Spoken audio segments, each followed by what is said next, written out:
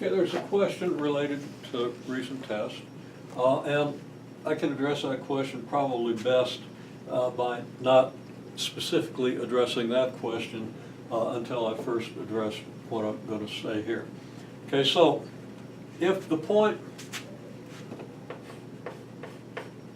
x f of x is on your graph,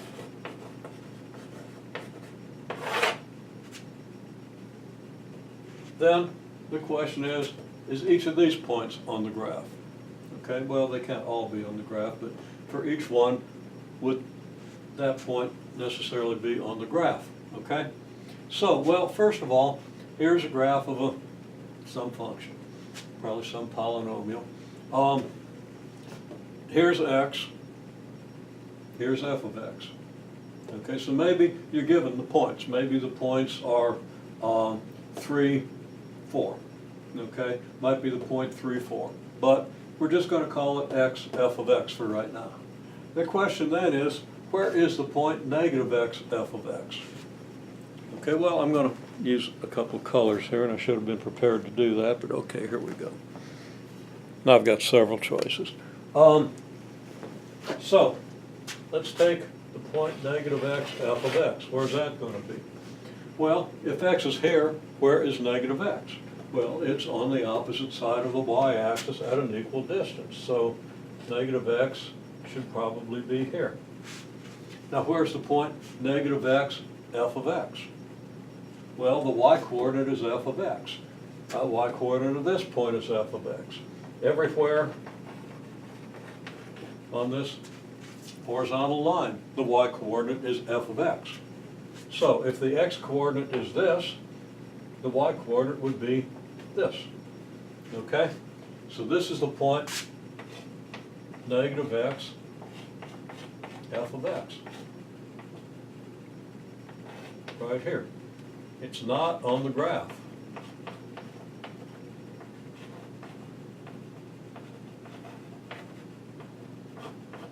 Clearly, the graph is way down here. This point is way up here. Okay. Now let's take the point negative x, negative f of x. And do that one in yellow. Okay, well, we have negative x again, right? And negative f of, okay, actually it's negative f of negative x. I don't want to do that one just yet. I want to do the x, f of negative x first. Okay? So what is f of negative x? Well, f of negative x is the value of the function when x takes the value negative x. So we come down here, and here is f of negative x. Now, of course, and I labeled that in an unfortunate place because I wasn't thinking ahead. So the labeling kind of interferes with what I want to do next. So let me just, okay, well anyhow, here is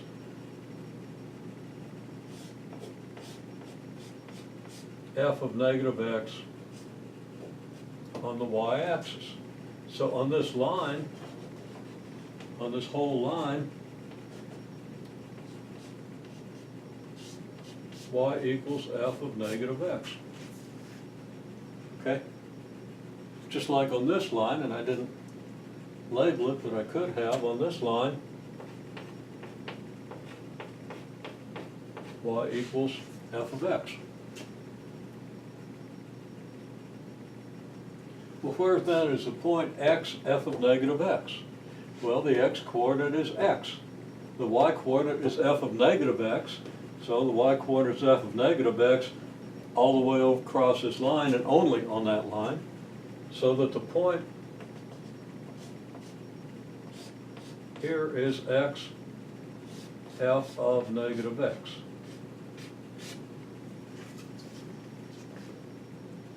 And then we have the point negative x, negative f of negative x. Okay? And that would be the point where the x-coordinate is negative x, and the y-coordinate is negative f of negative x. Okay, well, let's see. Where is that? Well, here's f of negative x. So negative f of negative x is up here. And the way I've drawn this graph, it kind of looks like if we change the sign of f of negative x, flip it across the origin, it looks like we pretty much end up here, so that it looks like maybe this point here, or a point very close to it, and I've got the wrong color, should be yellow, is negative f of negative x.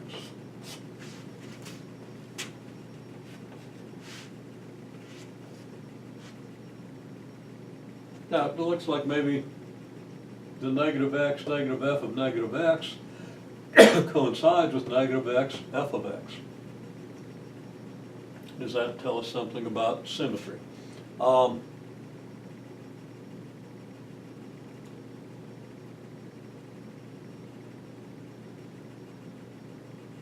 don't want to go into too much about that.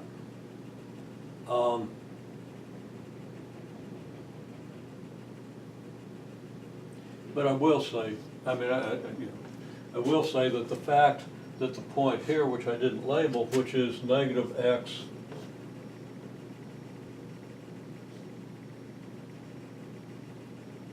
I don't think I ever did, negative x f of negative x. Okay, that would be this point here, which I didn't list among the points that I asked for. But when this point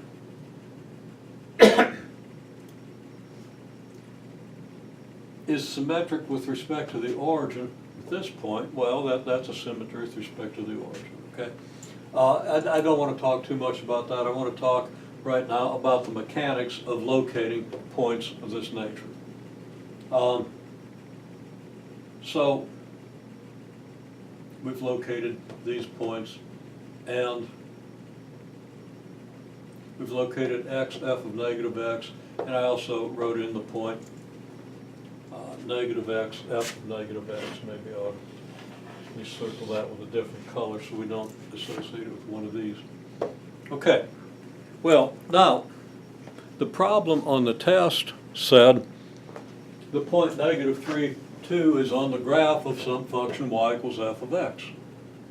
What's that tell us? It tells us that 2 equals f of negative 3, doesn't it?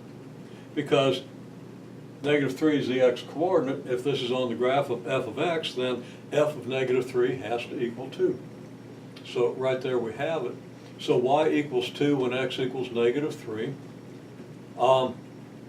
And then it follows that if f of x equals f of negative x, which would be a test for symmetry about the y-axis, that f of negative 3 would have to equal f of negative 3, which is f of 3.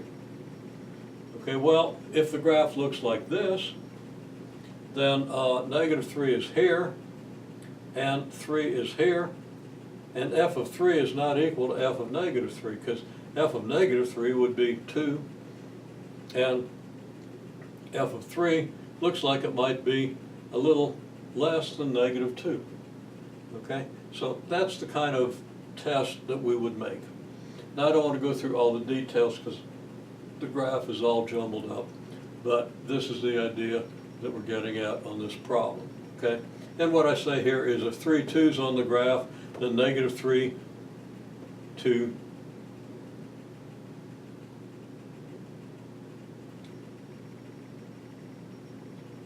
I've got a bad statement here. I say thus 3, 2's on the graph. Well, yeah. If f of x equals f of negative x, then 3, 2 has to be on the graph. But if this is your function, 3, 2 is not on the graph, and that would tell you right away that your function is not symmetric with respect to the y-axis. And there are other symmetries that we check. We look at the point negative x, f of x. We look at the point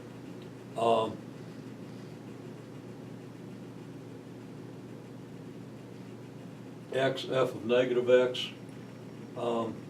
And we make decisions about those points. Okay, the main thrust of what I want to talk about here, though, is just how we locate this set of points and how we might do that for a graph with a given picture.